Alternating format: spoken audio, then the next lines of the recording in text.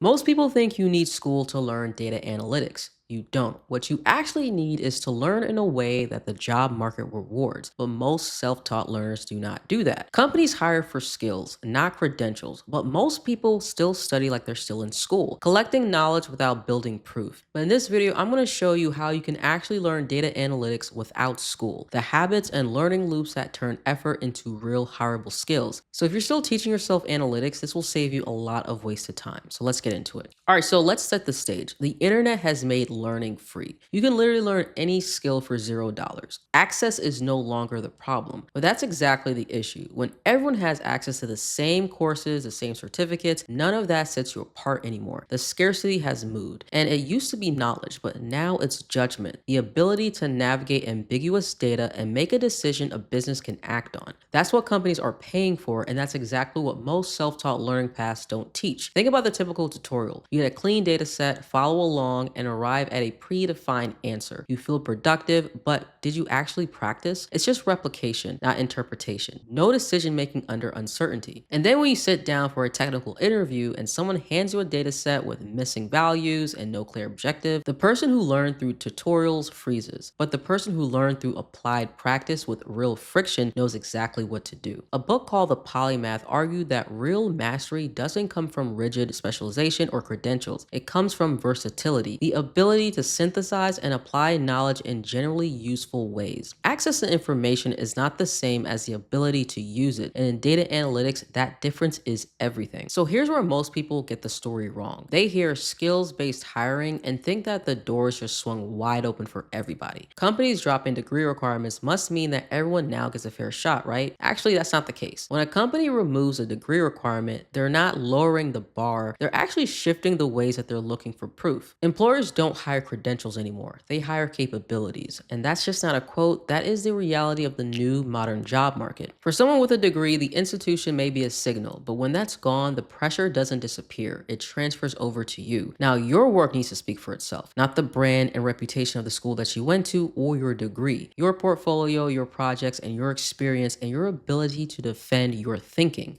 Your work and how you present yourself must reduce the hiring manager's perceived risk. Your portfolio has to make hiring you feel like the obvious decision. Now, if the old belief is just learn the skills and the market will reward you, the new belief is this: the market does not reward effort, it rewards evidence. The book Skills That Pays the Bills says it best. Skills open the doors to opportunities. They break every economic boundary and empower societies to maximize their potential. That's demonstrated, applied, proven skills. It really doesn't matter how many hours you studied or how many courses you completed. The world cares about one thing: can you demonstrate competence under scrutiny? So stop asking, what course should I take next? And start asking, what can I produce that proves that I can do the job? So you stop measuring progress by modules finished and start measuring it by the artifacts that you've created that could survive a hiring manager's review. So a dashboard just built from a clean Kaggle dataset is no longer evidence. That's just replication. A hiring manager has seen these 1,000 times. And evidence is a project where you choose a unique dataset, document your decisions, explain the trade-offs, and show a business decision your analysis would drive. AI can write code, but it cannot explain why a specific metric matters for a specific business context. It cannot defend a decision under questioning, and it cannot navigate the ambiguity of real stakeholder conversations. Also, it will flat out lie and just give you wrong answers. A degree may earn you a job, but it won't help you grow without the skill. A degree alone won't sustain you, and the skill alone won't get you noticed unless you can prove that you have it.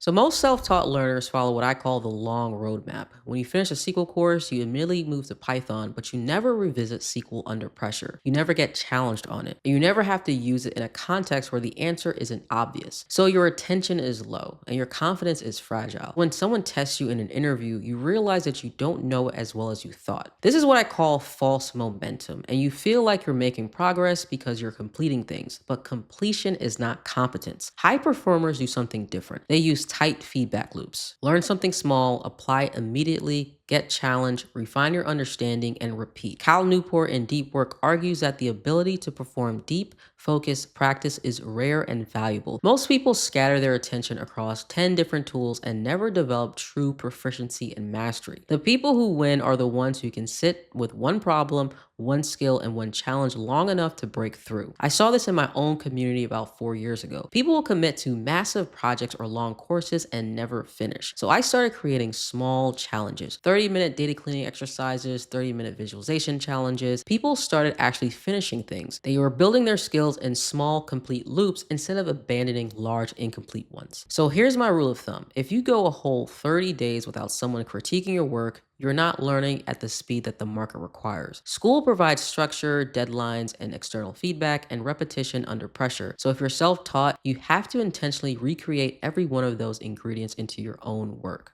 All right, quick pause. Now, if you want to land your first job in data analytics and avoid the lengthy mistakes that I did, click the link in the pinned comment where you can find the exact steps that my students use to land their job in data analytics without going back to school. All right, now let's get back to it. Okay, most people build what I call learning projects. They're fine for practicing syntax, but they don't carry any signal to a hiring manager. When a hiring manager looks at your portfolio, they're not evaluating whether you can use Tableau. They're trying to determine whether hiring you is a safe decision. Every project on your portfolio either increases or decreases your perceived risk. A project with a Titanic data set or the COVID dashboard tells them that you can follow a tutorial, but that does not reduce risk. That doesn't really signal to the hiring manager that this is a safe decision. But a project to showcase is different. It's designed to answer, hey, can this person solve a real business problem under ambiguity? High value projects use unique, messy data, and they show why you made the decisions that you made, what trade-offs that you considered, and what limitations existed in the data. Scott Young in Ultra Learning says the most effective learners don't just study a subject, they design intense, project-driven challenges that force them to produce real outputs under constraints. It's not about grinding through more tutorials or more courses. It's about structuring your practice so that every hour creates something tangible and testable. And that's what a high-value project does. It makes people actually want to talk to you. That only happens when a project demonstrates high strategic thinking and not just tool proficiency.